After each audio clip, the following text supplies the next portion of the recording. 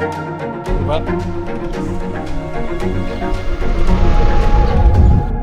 Before we get into the weeds of this video, I want to thank Skillshare for sponsoring this video, but I also wanted to get into the reasons why I'm making this video in the first place. I've been doing this professionally for 5 years, and I've learned a lot of things since then that have helped me make more money with clients, help my clients better. And I learned that by making a lot of mistakes, doing things wrong, and paying people that know way more than me so they can teach me how to structure packages, do different things for my clients. I wish something like this existed when I was first starting out as a videographer. So I wanted to capture the behind the scenes of my entire process, things that are now second nature to me that might not be second nature for other people. So I hope this is beneficial for you guys. Let me know in the comments if you have any questions on anything specific throughout the behind the scenes, on why I did a certain thing, how I created this crazy effect. We're gonna be using different types of gear, things that honestly I never thought I would be using, but make my content so much better and has that little pizzazz, it has that umph to it. So I hope you guys enjoy seeing the whole process, me discussing things with the client on the day of, the whole thing. Complete behind the scenes, raw and honest, and I'll see you guys back on the actual day of the shoot. So we just got to our shoot. We are at the Gaylord Palms Resort, and we're doing an MC reel type of video for a good friend of mine, Tom Pache. And we're gonna set up a 3-point lighting setup. We have one camera that's gonna be the A cam, obviously, second camera, and then a third cam is gonna take a wide, almost behind the scenes look. This is for him to send to clients and for him to send to his people. So I want them to see that this is a Gaylord hotel. Speakers that speak at Gaylord hotels are usually higher tier. I want to give it context to where we're at, and I just think it looks cool. So video's gonna be like 3 minutes long, something like that. Tom's probably gonna watch this video, but like one thing that we forgot at the house is this part to connect the mic. I'm filming this part because it's cool to see this. Like, I get into these spaces, we don't have a pre-shoot, we don't have scouting, anything. We did ask for permission to shoot in this area. It's really beautiful, so it does us justice, but I want to make it look even better. So we're gonna put a gobo, I think, over here, just to slash some light on the wall, make it look like it's coming from outside. I don't know if it's gonna work. We're just gonna see. Then I'm using a Mary Poppins umbrella so that we can get a nice, beautiful, soft light. I have some tubes. June lights, as per usual, because I can fit like 5 300 watts in a fat case like this, which is always good. But yeah, let's figure this out. Let's get it, dog. Let me just try to keep it away from that in case I need to just wrap, get it tight. Put it around the front. We're just gonna keep gaffing it though. We're not gonna stop. Look at this. It's gonna be fine. Dude, this is disgusting. This is so bad. All right, so one thing to note, we are trying to create some texture in the background. Obviously, this is a very large wall. We're projecting light very far. This isn't like the best projector in the world, so it doesn't do the best job. But a quick tip, normally when I'm in a small space, I defocus it a lot because I'm usually close to the background. But if I have a huge backdrop like this, it's gonna be out of focus anyways. So if you focus the light, it's more defined and it actually shows up in the background. So I would recommend, if you're projecting light really far, to have it a little sharper than you would normally have it. You can defocus the lens as opposed to a small place. So yeah, we just made it a little sharper. I'm gonna have it at, I wish I had green magenta because there's tons of green-ish light from the outside, but let's see. I don't even know if it's doing anything in camera. Oh yeah, it's super subtle, super subtle, but it does something. Yeah, that's good. So right now we're setting up a hair light. When I was learning, I wish I could see this behind the scenes, actually see people's thought process. Sometimes I'm figuring stuff out on set. Sometimes I know prior. This I'm figuring out. So we do have these lights right here. They are warmish and they are showing up all over the room. So I'm gonna add a hair light that is somewhat soft, because if you notice, they're not direct lights. They are softer. So I'm gonna soften this up a little bit and give him a warm hair light just so it's motivated. If you don't know, it's called a motivated light source, which just means there is a practical in the frame, which is any normal light that's already there, you didn't set up. And then you add a light source after that emulates that kind of light. So it looks like it's coming from the light. It's like movie magic or whatever the heck you want to call it. I just want to sound like I'm a cinematographer and not a videographer because I want to be taken seriously. Stop with that. Stop it. If you're a videographer, you're a videographer. Just stop. So this looks decent. I like the texture. I'm going to move the texture a little bit more this way so it's more in frame. I love projecting large things on walls. Like, I wish this was a 600 watt. I'm not bringing a 600 watt to a shoot like this. Literally all my lights fit in that little tiny case. But this is dope. I never used the max feature on this, but I kind of want to try. Oh, that does a lot. Oh, that does a lot. Okay, so I might do that when it starts. Max only lasts a little bit, so. Man. Okay, so we're gonna mic Tom when he gets here. So I like to have safeties, and I recently started using this sticky stuff, just moleskin, because I didn't like having mics show up a ton, so it's just moleskin sandwich. I'm gonna take that off and put it on my client's chest. Personally, I'm just kidding. No, I'm gonna have them put it on their chest. It's gonna be warm. Just match it to that.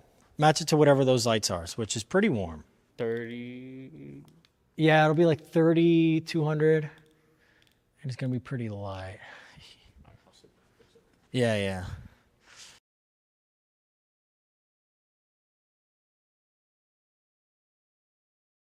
Crap, Tom's coming. I'm just kidding. All right, so he's the client. So we're gonna be filming BTS just for myself, if that's cool with you. I wanted to go over just a little bit on the third angle. So just so it's not redundant, I was thinking about getting a wide of everything. So it's like, it shows, okay, this is the Gaylord. It shows the lights and stuff. I think it'll add a little bit of just production value, and it'll make you look legit. It's like, what the heck? He has this whole thing. If you're cool with that. Because it is a little bit of a creative angle. No, all right. Go for it. All right, so let's get that here. And then all we got to do is just do audio, and we're good to go. So that's going to be this camera. You're going to be placed right here. 3, 2, 1, recording. All right, so let me turn this mic off. So we finished our interview shots, and we are getting ready. So here we have Lumix S5 II. We have an S5 IIX over there with Jonathan with the Ronin 4D. He's going to be getting some establishing shots. And we have the Insta360 X4. I'm super excited about these shots because I'm going to do a hyperlapse starting from the beginning of the room. I'm going to walk around, and it's going to be 9 feet in the air. So just going to get some cool shots. And I'm going to be doing these shots like all throughout. So I'm going to do it. There's like a greenery area, make some transitions, do some empty room to full room. This thing, super sick. I'm actually gonna be making a video pretty soon on the channel about why every filmmaker, event videographer, if you make videos for money, you should probably have a 360 camera because the effects that you can create with it are actually nuts. Like, you can use it for VFX, create crazy, you'll see it. All right, there we go. But I don't want to film like the number as much. Yeah. I want to film their reaction, their standing ovation. I'm gonna get a lot of behind you shots during that because I don't think we have any. Cool. With the lights, stage lights, kind of looking epic. Perfect. If this is gold, Tom the videographer. That's still the same shot, man, right? Yeah. As long as you get that and up and me, and then I think that's great. It's just, this is too tight to make it look, even if the Modus thing was big, we could get around it and stuff, but this is like, why is there a guy like on this little piece of plywood? You know, like it's small, it's a small thing. Dude, that would look so funny. So yeah, let's stay off of the stage. But I can go in front of you every now and then.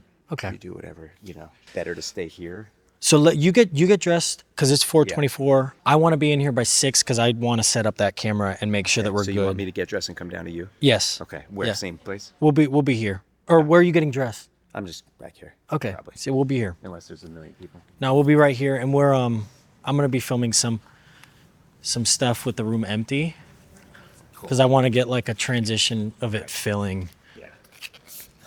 Okay. This is exciting. Literally just keeping it stable, moving super slow.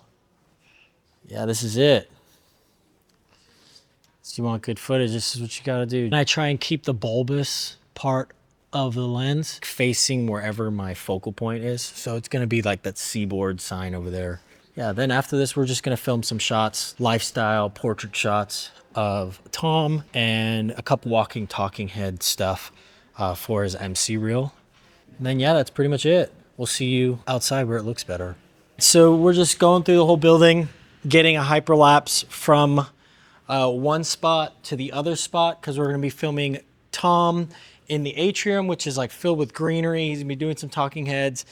And then we're going to transition, I don't know if it's going to work entirely, but I really hope it is we're going to transition by doing a quick hyperlapse into the room. And it's gonna have like this establishing shot of the place. It should work. It'll just make it flow a little better than just cutting straight into a shot of the room. I'm just kidding. All right, I'm gonna get in trouble. So if you're looking for an MC to take your event to the next level. What do you got? You said it good.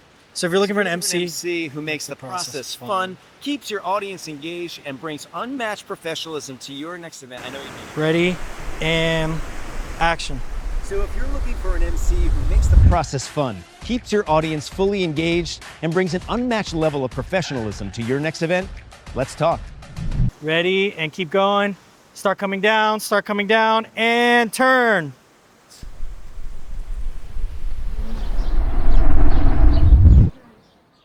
I want to chime in real quick on something that I touched on at the beginning, which was paying people to learn certain skills, certain concepts about business that set me up to create these packages, come up with these content ideas that I'm able to charge more because of that. The more I get into business, the more I realize the only things that scare me are the things that I don't know, which leads me to this channel sponsor, and that's Skillshare. After checking out Skillshare, I was blown away because a lot of the things that I wanted to pay people to teach me, they already have classes of people that are way smarter than me teaching those things. It's basically a community of the most talented individuals that are masters at their craft, teaching you how to do that craft. It's crazy to me. I didn't see value in this until I started paying people thousands of dollars to educate me. And now there's a community that has the best teachers in the world sharing that information with you. Skillshare gave me a promotional offer to extend to you guys, and that is the first 500 people to join Skillshare using my link down below will get 1 month free. So if you're interested, click the link down below, and I'll see you guys back on the day of the shoot. All right, so we just finished all of the outside shots, and that was exhausting, but it was really cool. I'm actually super happy. I love the greenery. I love walking and talking shots. If you are doing like commercial advertising, anything like that, it really does a good job of keeping your audience retained. Kind of like this. We're doing a walking talking, and it's just easier to listen to sometimes. Sometimes it's distracting, but now we're gonna set up for the main show. So get camera one set up, and then the two of us, Jonathan and I, we're gonna be on mobile cams, just going at it. Peace. We didn't really get to film any behind the scenes during the show because we're on 100%. It's the show. We have to capture absolutely everything, make sure we have all the angles covered. We had 2 roaming cams, and then we had 1 A cam that was just following on tripod that captured all the audio to make sure we captured every single moment of Tom, who was the client, emceeing and hosting this event so that we can make this MC host reel digital business card for him. One thing that really hit me while making this behind the scenes is that what I used to do was simply show up to the event, film the event, get my paycheck, make them a recap, and just be done with it. What has changed since then, and hopefully you guys have seen that from the behind the scenes, is that we curated a package for him so that we can utilize the day as much as we possibly could. We came up with some content ideas. We filmed a talking interview of him so that it looks professional. We did some outside portrait shots that just It looked great because we were in the Gaylord Hotel, but we maximized our time together, and that added so much more value to the client than just shooting the event and making a recap video. There's a lot more content that we were able to create for him, and maybe I'll make a video on creating and maximizing time with clients, but I don't really know if my audience, you guys are really that interested in that kind of stuff. But I hope that it was valuable being able to see the whole process behind this.